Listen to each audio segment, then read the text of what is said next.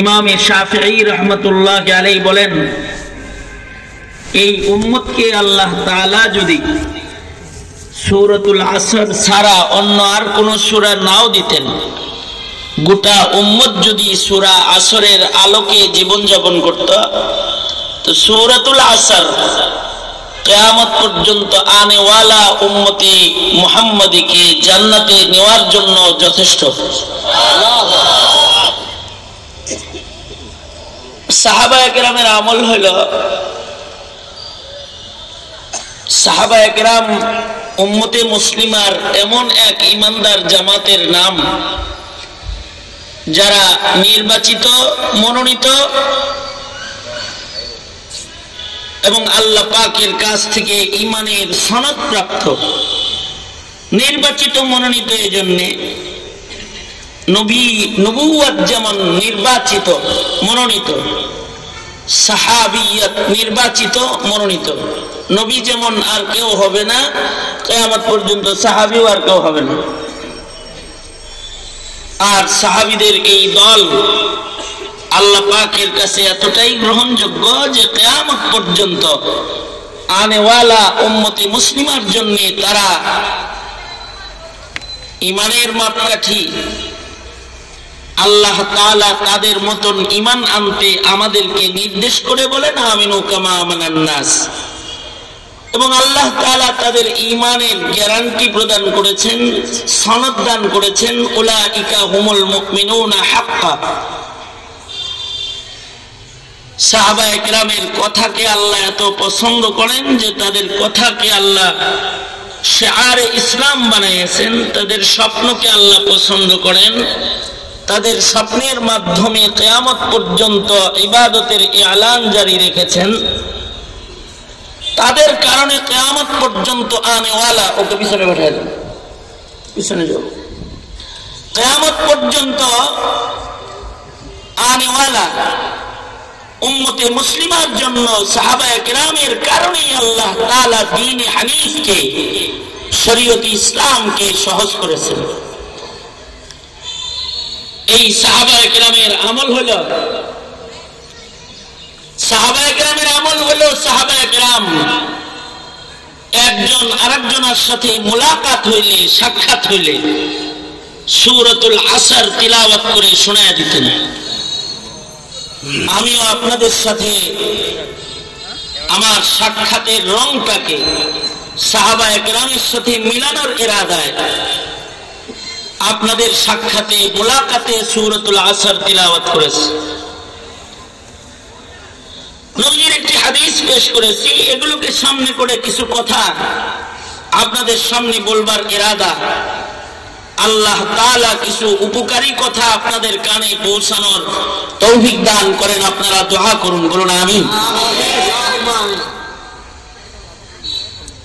সূরা আসরের শুরুতে একটি কসম আছে। আল্লাহ তাআলা কসম করে ভয়ঙ্কর একটা সংবাদ আমাদের দান করেছেন। এই সংবাদটা দেওয়ার আগে আল্লাহ তাআলা কসম করেছেন। আসরুন এর কসম করার কারণে সূরার নাম সূরাতুল আসর। আমি কি বললাম? আসরুন শব্দের কসমটি সূরার ভেতরে বিদ্যমান আছে। এই আসরুন শব্দটা সূরায় আছে, এ কারণে সূরার নাম সূরাতুল আসর। বাকারা শব্দটা সূরায় আছে, সূরার নাম সূরা বাকারা। আনকাবুত শব্দটা সূরায় আছে, এর আলোচনা আছে সূরায়, তাই সূরা আনকাবুত। হযরত মরিয়মের কাহিনী আছে, তাই সূরা মরিয়ম। নাস শব্দ সূরায় আছে, তাই সূরা নাস। ফালাক শব্দটি সূরায় আছে, সূরা ফালাক। এরকম আসরুন শব্দটা সূরায় আছে, এই কারণে সূরার নাম সূরাতুল আসর। আল্লাহ পাক আসরের কসম করে কথা বলছেন। মহান আল্লাহ আসরের কসম করে কথা বললেন কেন? মানুষের খাসলত হলো, মানুষ যদি কোনো কসম করে, মানুষ তার মুখের কথাকে বিশ্বাস করানোর জন্য কসম খায়। অথবা মানুষ তার কথার ওজন বাড়ানোর জন্য কসম খায়। এই তুই এই কাজটা করছস, না করি নাই, না তুই করছস, না করি নাই, তুই ছাড়া কেউ করে নাই, কয় খোদার কসম করিনি। তাইলে মনে হয় করস নাই। তার মানে হলো কসম করার পরে কথাটার ওজন বেড়ে গেছে। মানুষের খাসলত, মানুষ কসম করে কথা কয়, কসম করে মানুষ তার কথা সত্য বানাইবার জন্য কসম খায়।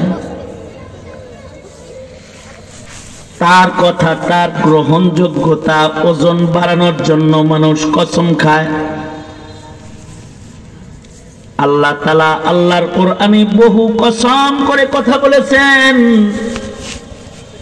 আল্লাহ তাআলা কিন্তু তার কথার ওজন বাড়াইতে কসম করেন নাই, অথবা আল্লাহর কথাকে সত্য প্রমাণ করার জন্য আল্লাহ তাআলা কসম করেন নাই। কারণ কালামুল মুলুকি মুলুকুল কালাম, আল্লাহর কথা, বাদশার কথা, কথার রাজ্যের বাদশা এমনি ওজনদার, এটা কসম করে ওজন করার দরকার নাই। ওয়ামান আসদাকু মিনাল্লাহি কিলা, আল্লাহর চেয়ে সত্য বলনেওয়ালা আর কেউ নাই। সুতরাং আল্লাহর কথা সব সত্য, এটা সত্য বানাইতে কসম দরকার নাই। তারপরেও আল্লাহ তাআলা আল্লাহর কালামে কসম করে করে বহু কথা বলেছেন। আমরা আল্লাহর নামের কসম করি, আর আল্লাহ তাআলা গায়রুল্লাহর কসম করেছেন, সৃষ্টির কসম করে কথা বলেছেন। আমরা কসম করি আল্লাহর, আমাদের জন্য গায়রুল্লাহর কসম খাওয়া জায়েজ নেই। আমরা কথা বলতে কসম করতে পারবো একমাত্র কার নামের? আল্লাহর নামে। অনেকে বলে আমার মার কসম, আমার আব্বার কসম, না জায়েজ। বান্দা কোনো বস্তুর কসম করবে না, বান্দা করবে আল্লাহর কসম। কারণ বান্দার হৃদয়ের ভেতরে কসমের মাধ্যমে বস্তুর মুহাব্বত, আজমত ঢুকানোর দরকার নাই। বান্দার হৃদয়ে আজমত ঢুকাবে একমাত্র আল্লাহ পাকের। এই কারণে বান্দা যখন কসম করবে তখন আল্লাহর নামে কসম করবে, বস্তুর নামে কসম বান্দা করবে না। তবে আল্লাহর রাসূল বলেছেন বেশি কসম করে কথা বলবে না, কারণ মিথ্যাবাদীরা বেশি কসম করে। কারণ কসমের দ্বারা মিথ্যা কথাও বিশ্বাস্য হয়ে যায়, এ কারণে মিথ্যাবাদীরাও কসম খায়। কসম যদি কেউ খায় তাহলে কসম পুরা করা ওয়াজিব হয়ে যায়। যারা কসম ভাঙ্গে তাদের উপরে কাফারা এসে যায়। এ কারণে অধিক কসম করার দরকার নাই। তবে বস্তুর কসম বান্দা করে কথা বলবে না। বান্দা যদি কসম করে কথা বলে, বান্দা কসম করবে একমাত্র কার কসম? আল্লাহর কসম। কিন্তু আল্লাহ তাআলা বস্তুর কসম করেছেন। আল্লাহ তাআলা কখনো বলে ওয়াল আসর, আসরের কসম, কখনো বলে ওয়াল ফজর, ফজরের কসম, কখনো বলে ওয়াশ শামস, সূর্যের কসম, কখনো বলে ওয়াল কমর, চন্দ্রের কসম, কখনো বলে ওয়ান নাজম, তারকার কসম, কখনো বলে ওয়াল লাইল ওয়ান নাহার, রাতের কসম, দিনের কসম, ওয়াল কুরআনিল হাকিম, কোরআনের কসম। আল্লাহ তো বস্তুর কসম করে কথা বলেছেন, বান্দা করবে আল্লাহর কসম, কিন্তু আল্লাহ করলেন বস্তুর কসম কেন? আল্লাহ পাক কসম করছেন বস্তুর, বস্তুর কসম করে বান্দাদেরকে বস্তুটার দিকে দৃষ্টি আকর্ষণ করেছেন। তার মানে হলো কসম, সূর্যের কসম। এই দুনিয়ার মানুষ সূর্যের দিকে তোমাদের দৃষ্টি আকর্ষণ। সূর্য তাকায়া দেখো, সূর্যটার দিকে একটু খেয়াল করো। দেখে আল্লাহকে চিনো, আল্লাহর সৃষ্টি দেখে আল্লাহরে চিনো। সূর্য তোমার বছর গোনার ঘড়ি। সূর্য দেখে দেখে সূর্যের চক্করে তুমি বছর গুনবা, সূর্য বছর। চাঁদের চক্করে তুমি বছর গণনা করবা, মাস গণনা করবা। সূর্য দেখে দেখে তুমি নামাজ পড়বা, সূর্য দেখে তুমি আমারে চিনবা। তার মানে হলো ওয়াশামস, সূর্যের কসম। বনি আদম সূর্যের দিকে তাকাও। সূর্য যদি আমার সৃষ্টি হয়ে এত বড় হয়, তাহলে আমি কত? আমার হুকুমে সূর্য উদয় হয়, আমার হুকুমে সূর্য ডুবে যায়। সূর্য যদি এত বড় হয়, তাহলে সূর্য যিনি বানাইছেন তিনি কে? আওয়াজ করে জোরে বলেন সবাই মিলা, তিনি কে? সূর্য যদি এত বড় হয়, তাহলে যিনি সূর্য বানাইছেন তিনি কত বড়? সূর্যের পাওয়ার যদি এত হয়, সূর্যের আলোর গতি যদি এত হয়, সূর্যের পাওয়ারে যদি জমিনে আগুন ধরে যায়, বিজ্ঞানীরা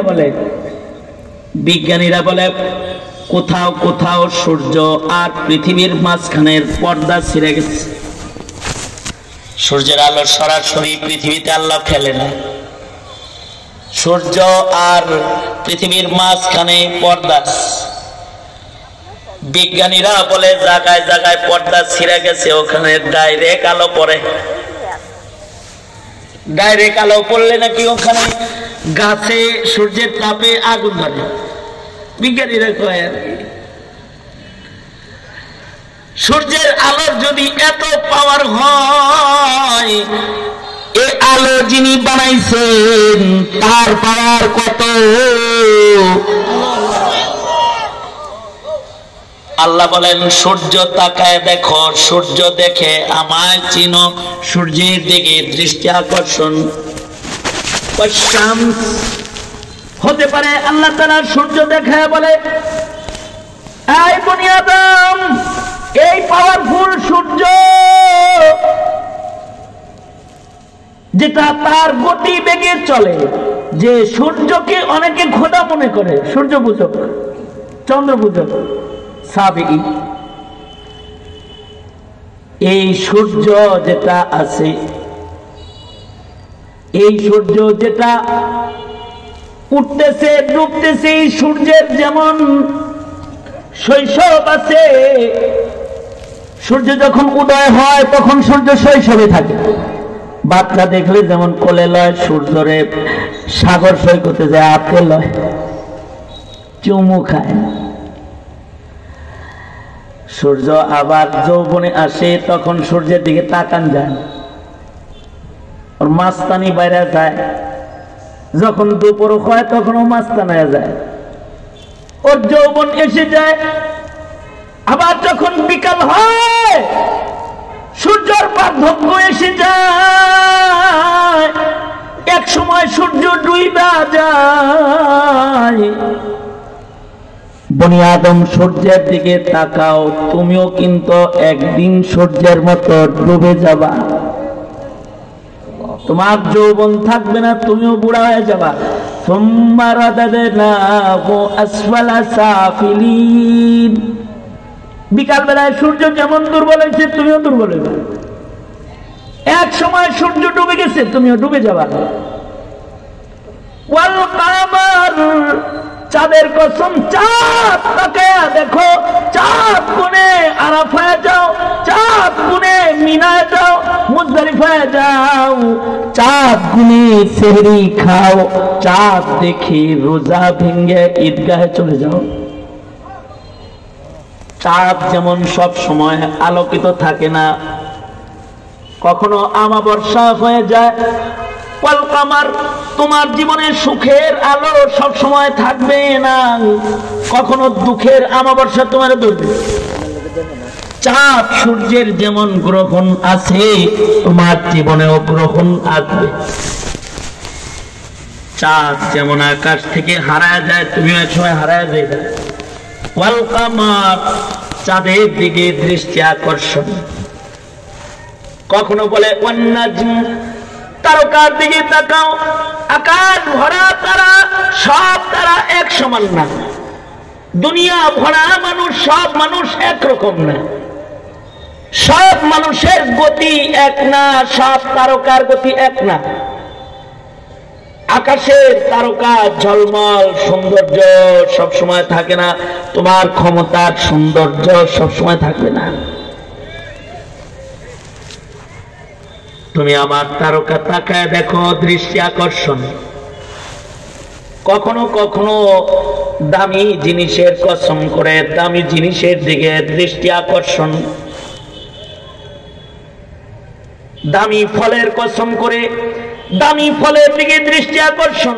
ওয়াত্তিন ওয়াজ্জাইতুন, দামি পাহাড়ের কসম করে দামি পাহাড়ের দিকে দৃষ্টি আকর্ষণ। ওয়াতুর সিনিন, দামি জমিনের কসম করে দামি জমিনের দিকে দৃষ্টি আকর্ষণ। ওয়াহাদাল বালাদিল আমিন, আবার নামাজের কসম করে নামাজের দিকে দামি নামাজের দিকে দৃষ্টি আকর্ষণ। ওয়াল ফাজর, ফজর দামি নামাজ, হেফাজত কইরো। ফজরের ওয়াক্ত দামি ওয়াক্ত, ঘুমায়ও না, জায়গা থাকো। ওয়াল আসর, ওয়াক্তুল আসর দামি ওয়াক্ত, সালাতুল আসর দামি নামাজ। ওয়াল আসর, সময় হায়াত দামি জিনিস, মার্কেটে কিনতে পাওয়া যায় না, দৃষ্টি আকর্ষণ। নামাজ হলো ইবাদতের ভেতরে শ্রেষ্ঠ, আর নামাজের ভেতরে সবচেয়ে শ্রেষ্ঠ নামাজ দুইটা, ফজর আসর। বলা হয় ফজর হলো আমির আর আসর হলো ওজির। সব জিনিসের ভেতরে দামি জিনিস আছে। মাসের ভেতরে দামি মাস আছে শাহরুর রমাদান, ওজির মাস আছে শাবান, কারণ এর ভেতরে দামি রাত আছে ওয়ালাইলাতুন নিসফি মিন শাবান। রমজান দামি মাস, এর ভেতরে আছে লাইলাতুল কদর খায়রুম মিন আলফি শাহর। রমজান মাস দামি মাস, উনজিলা ফীহিল কুরআন। সব মাসের মতো মাস রমজান মাস না, সব রাতের মতো রাত কদরের রাত না, সব দিনের মতো দিন শুক্রবারের দিন না, সব দিনের মতো দিন আরাফার দিন না। সাইয়্যিদুল আইয়াম, দিনের সর্দার। 24 ঘন্টার ভেতরে সব সময় এক সমান না। ফজরের সময় দামি সময়। ওয়াল ফাজর, ফজরের দিকে দৃষ্টি আকর্ষণ। ফজরের সময় দামি সময়। এখানে আল্লাহ সারা দুনিয়ার মানুষদেরকে ফজরের ওয়াক্ত আসলে সারা দুনিয়ার আল্লাহর ঘর থেকে দেখা কয়, এই দুনিয়ার মানুষ ফজরে পড়ছে, উঠে যা, ঘুমাইস না। আসসালাতু খায়রুম মিনান নাওম, এ সময় ঘুমাইস না, ঘুমের চেয়ে কিন্তু নামাজ ভালো। কারণ ফজরের রক্তে ঘুমে থাকা আল্লাহ পছন্দ করে না, কারণ ফজরের রক্ত দামি রক্ত।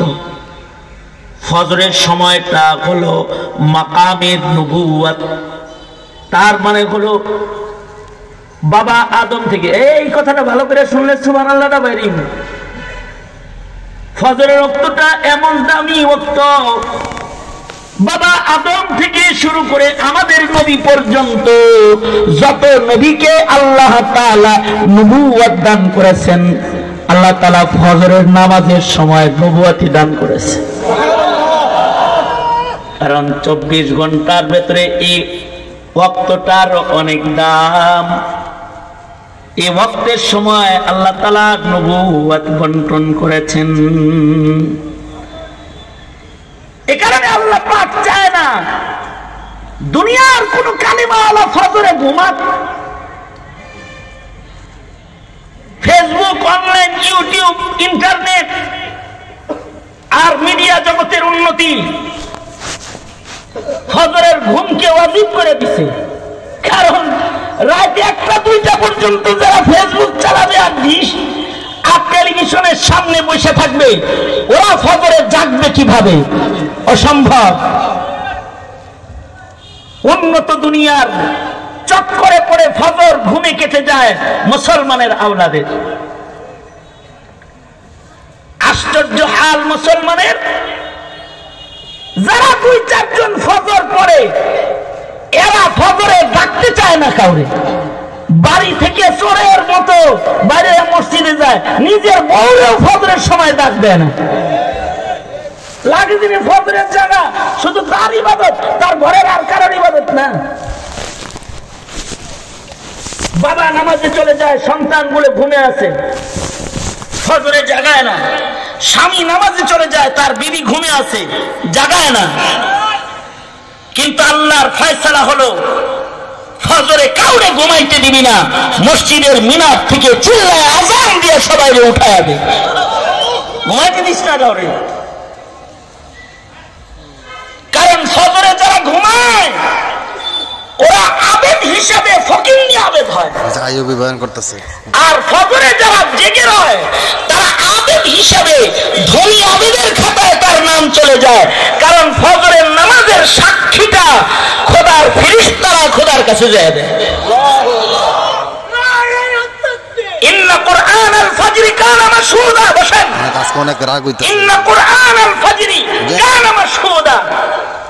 ফজরের নামাজের সাক্ষী হলো মালাইকা, ফেরেশতারা। কারণ ফজরের সময় সারা দুনিয়ার মাথা আছে বালিশে, আর ফেরেশতারা আছে শিফটি পরিবর্তনের রাস্তাঘাটে। শুনেন, আসমানের ফেরেশতারা জমিনে আসে, জমিনের ফেরেশতারা আসমানে যায়। এই কারণে আল্লাহ কয় লম্বা করে কোরআন পড়িস, ফেরেশতারা শুনবো। ওয়া কুরআনাল ফাজর ইন্না কুরআনাল ফাজরি কানা মাশহুদা। এই কারণে ফজরের নামাজের সময় ইমাম সাহেব বড় কেরাত পড়ে, ঠিক না? আপনাদের পাকুন্দিয়াতে সবচেয়ে বড় কেরাত কোন নামাজে হয়? মাগরিবে না ফজরে? জোরে আওয়াজ করে বলেন, কোন নামাজে হয়? কিন্তু সবচেয়ে বেশি মুসল্লি কোন নামাজে হয়? ফজরে হয়। কখনো কখনো ফজরের নামাজ ইমাম আর মুয়াজ্জিনের পড়তে হয়, আর গোটা এলাকা ঘুমায় রয়। নাউজুবিল্লাহ, জোরে করে বলেন নাউজুবিল্লাহ। মুজাদ্দিদ আল-ফিসানি রাহমাতুল্লাহ আলাইহি আমাদের এক বুজুর্গ ছিলেন, তিনি ফজরের নামাজের সময় বাচ্চাদেরকে জাগাইতে আদেশ করতেন যে ফজরের সময় তোমার কোলের শিশুকেও জাগাবো। বাচ্চা মানে 7 বছর 8 বছরের বাচ্চা না, খালি কোলে যেটা দুধ খায়, এটা ঘুমে থাকলে এটা উঠাও, ওরে দুধ খাও। বিবি কয় এই কোলের শিশুরে জাগায় লাভ কি, ও কি নামাজ পড়বো? তো মুজাদ্দিদ আল-ফিসানি বলে ফেরেশতারা ওর কান্নার আওয়াজ শুনে উপরে যাইব, সাক্ষী দিও একটা ঘর পাইছি যে ঘরে কেউ ফজরের সময় ঘুমে নাই। আল্লাহু আকবার কাবীরা। ওই ঘরটা যেন আমার ঘর হয়, যে আমার ঘরে কোনো দুধের শিশুও ঘুমন্ত নাই ফজরের ওয়াক্তে। তারবিয়াতুল আওলাদ, আগের যুগের মুসলমানরা নিজের সন্তানকে এভাবে তরবিয়াত দিত। এ কারণে নাস্তিক ছিল না, মুরতাদ ছিল না, বেঈমান ছিল না, কম। আর আমরা আমাদের সন্তানকে তরবিয়াত দিতে ব্যর্থ, জন্মায় কালেমা লয়া, মরে কাদিয়ানি হইয়া, জন্মায় কালেমা লয়া, মরে ইহুদি নাসারার দালাল হইয়া মরে যায়। কারণ আমরা তরবিয়াতে ব্যর্থ। আর আগের যুগে ফজরের সময় মায়েরা উঠতো, বাচ্চাদেরকে কইতো মক্তবে যা, যা মক্তবে যা। আপনারা মক্তবে যাইতেন, মক্তবে গেলে সূরা কালাম কিছু শুনতেন, মাসআলা কিছু শুনতেন, শিখতেন। ওইটাই বুড়া বয়সে কামে লাগতেছে আপনাদের। কিন্তু ফজরের ঘুম আমাদেরকে মূর্খতার গভীর গভীর শিকড়, আমাদের মূর্খতার শিকড় অনেক গভীরে নিয়ে নিল। শুধু ফজরের ঘুম, আমার মক্তব বন্ধ।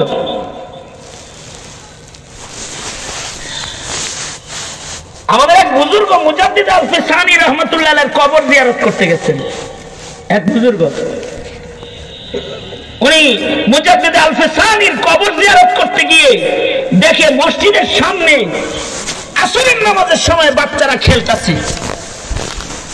যখনই মসজিদে মুয়াজ্জিন সাহেব বারান্দায় এসে বলল জামাত দাঁড়াবে, উনি যে ভেতরে আকামত শুরু করে দিল।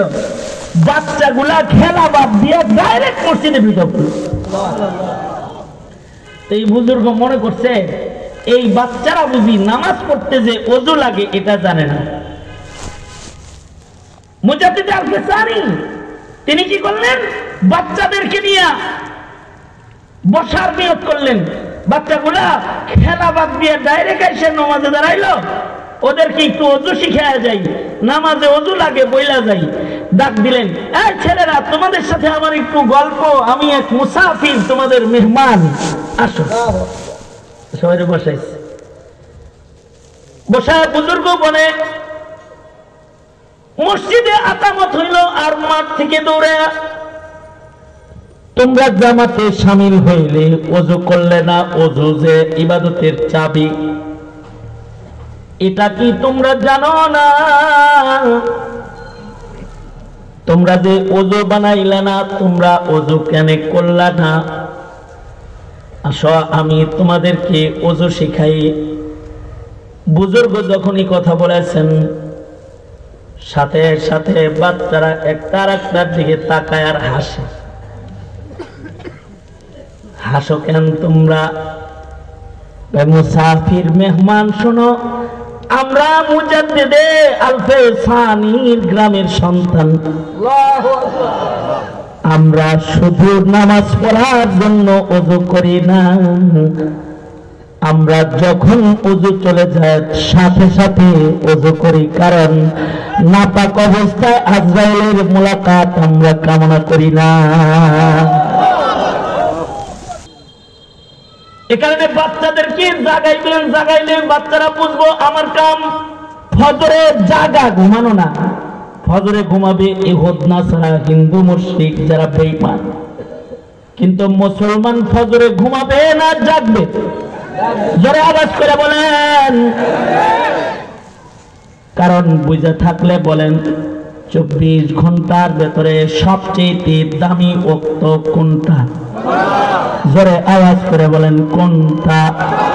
তাহলে আজ থেকে আর ফজর ঘুমে কাটাবো না ইনশাআল্লাহ। নিজে না পুরা ঘরে মনে থাকবো তো। কারণ ফজরের ওয়াক্ত হলো নবুয়ত বন্টনের ওয়াক্ত। আর ফজরের পরেই যেই ওয়াক্তটা দামি ওয়াক্ত, এটা হলো ওয়াক্তুল আসর। হতে পারে আল্লাহ ওয়ালা আসর বলে আসরের কসম করেছেন, ওয়াক্তুল আসরের কসম করেছেন, অথবা কালের কসম করেছেন, হায়াতের কসম করেছেন। কারণ হায়াত দামি জিনিস, এটা কিনতে পাওয়া যায় না। ওয়াল আসর, হায়াতের মূল্যায়ন করে। অথবা হতে পারে আসরের নামাজের কসম, আসরের নামাজ দামি নামাজ, এইটা অবহেলা করে কাজা করো না। কারণ আসরের ওয়াক্ত হলো মাকামে বেলায়াত, ফজর হলো মাকামে নবুয়ত, আর আসর হলো মাকামে বেলায়াত। আসর যদি কেউ হেফাজত করে, ওলি হিসেবে তার মর্যাদা উঁচা হইতে থাকে।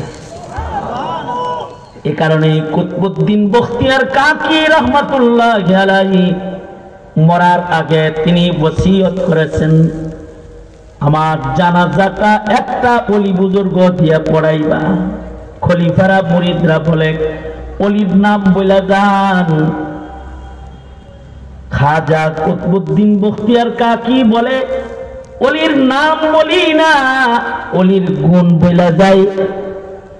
এ 4 গুণ যার ভেতরে পাবা সে আমার জানাজা পড়াবে। 1 নাম্বার গুণ, বালেগ হওয়ার পর থেকে আমার জানাজা পর্যন্ত যার তাকবীরে উলা কাজা নাই তারে দিয়া আমার জানাজার ইমামতি করাইবা। বালেগ হওয়ার পর থেকে জানাজা পর্যন্ত তাকবীরে উলা কাজা নাই। 1 নাম্বার। সাঈদ ইবনে মুসাইয়িব আমাদের এক বুজুর্গ, তিনি 40 বছর আযানের আগে মসজিদে ঢুকছে। ওনাকে বলে আযানের আগে মসজিদে আসেন কেন?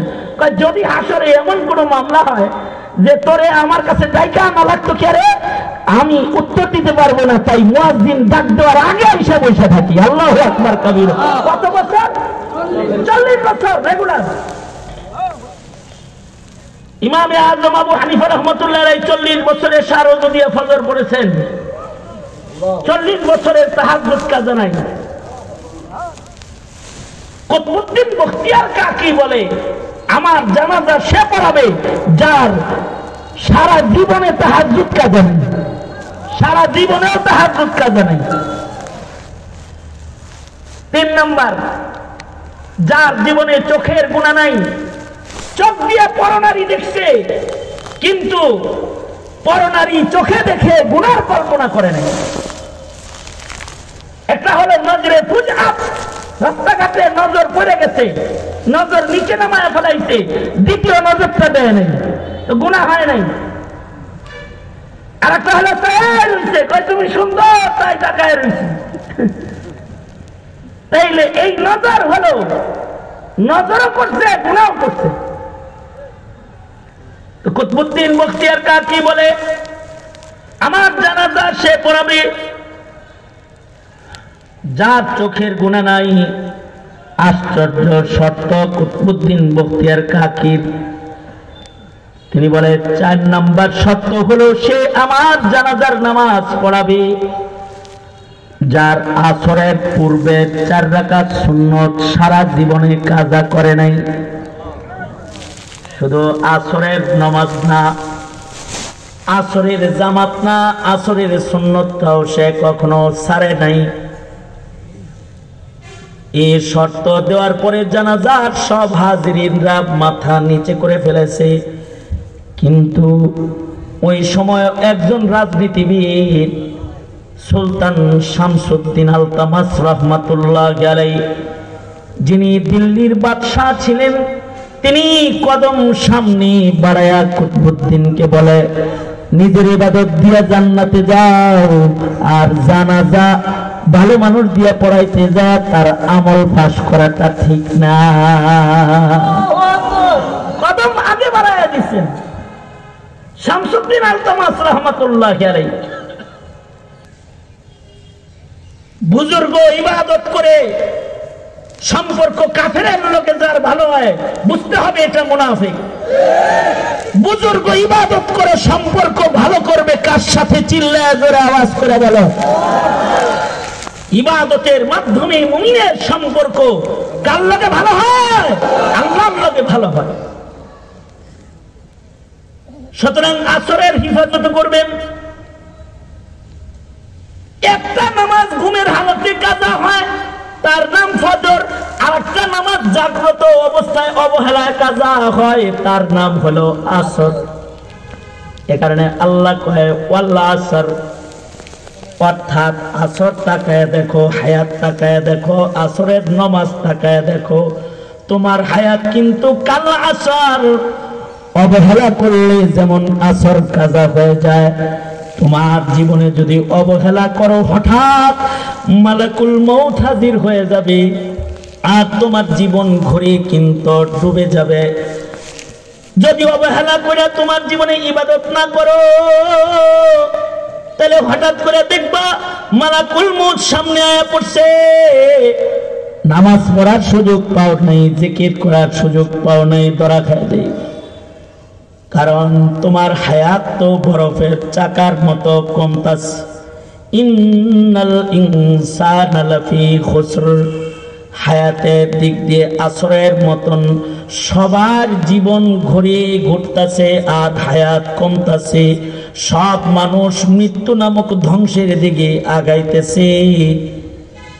দুনিয়ার জমিনে যত মানুষ আসতেছে, যত মানুষ আছে, সব মানুষে মৃত্যুর দিকে, ধ্বংসের দিকে আগাইতেছে।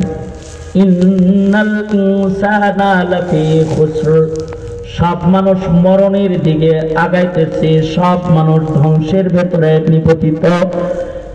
ইল্লাল্লাযীনা আমানু ওয়া আমিলুস সালিহাত ওয়া তাওয়াসাউ বিল হাক্কি ওয়া তাওয়াসাউ বিস সাবর, কিন্তু যারা তাদের হায়াত নষ্ট না করে হায়াতে যারা ঈমানদারি রক্ষা করবে, হায়াতে যারা নেক আমলের ফুল ফল দিয়া নিজের হায়াতকে যারা সাজাবে, হায়াতে যারা সত্য বলবে, চুপ শয়তান না, বোবা শয়তান না, যারা আবু সাইদের মতো ওয়াতাওয়াসাউ বিল হক করবে, হক বলে বুক টান করে দাঁড়ায় যাবে, যারা শহীদ হবে কিন্তু সত্য বলবে, মুগ্ধের মতো মুগ্ধ ছড়ায় যারা সত্য বলে অল্প বয়সেও মরে যাবে, আল্লাহ কয় তাদের ধ্বংস নাই।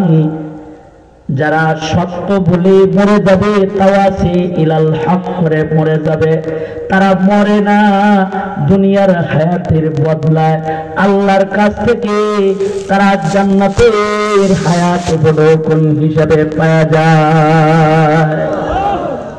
ওয়াতাওয়াসাউ বিস সাবর, যারা ধৈর্যের কথা বলবে, ধৈর্যের উপরে চলবে, ধৈর্যের ইবাদত করবে, গুনাহ থেকে ধৈর্যের সাথে যারা বেঁচে থাকবে, এই চার গুণ যাদের ভেতরে পাওয়া যাবে, তারা মরলে সমস্যা নাই, তাদের মরণ দরজায় ধ্বংস নাই, তাদের মরণ দরজায় আছে আল্লাহ। আল্লাহ তাদের ডাক দিয়া বলবে, ইয়া আইয়াতুহান নাফসুল মুতমাইন্নাহ ইরজিই ইলা রাব্বিকি রাদিয়াতাম মারদিয়াহ ফাদখুলি ফি ইবাদি ওয়াদখুলি জান্নাতি। সুতরাং নিজের হায়াত নষ্ট করা যাবে না, সমাজের মানুষের হায়াত নষ্ট করা যাবে না। ইমানদারি আর নেক আমলের হায়াত বানাইতে হবে। ইমানদারি আর নেক আমলের হায়াত জাতিকে উপহার দেওয়ার জন্য তাওয়াসি ইলাল হক করতে হবে, সত্য বলিষ্ঠ কণ্ঠ রাখতে হবে। আর যদি সত্য বলতে যায় পড়ে যাও, মরেও ধৈর্যশীল হয়ে যেতে হবে। ওয়াতাওয়াসাউ বিস সাবর, নিজে সালেহ হবে, আর ইকামতে দ্বীন করতে গিয়ে তুমি মুসলিহ হয়ে যাবে। যদি এই দুই গুণ কারোর ভেতরে আসে, তাহলে আল্লাহ বলে তার ধ্বংস নাই, দুনিয়ার হায়াত ফুরায়, সে জান্নাতের হায়াত পাওয়া যায়। সুতরাং হায়াতে ইমানের যত্ন, আমলের যত্ন, হায়াতে জমিনের মানুষের ইমানদারির যত্ন, এগুলা বড় কাজ। খালি খাও দাও, ফুর্তি করো আর বাতি লাগাও আর বিল্ডিং করো বড় কাজ না, কালভার্ট করা, ব্রিজ করা বড় কাজ না। ইমানদারের ইমান রক্ষা করা ইমানদারের সবচেয়ে বড় কাজ।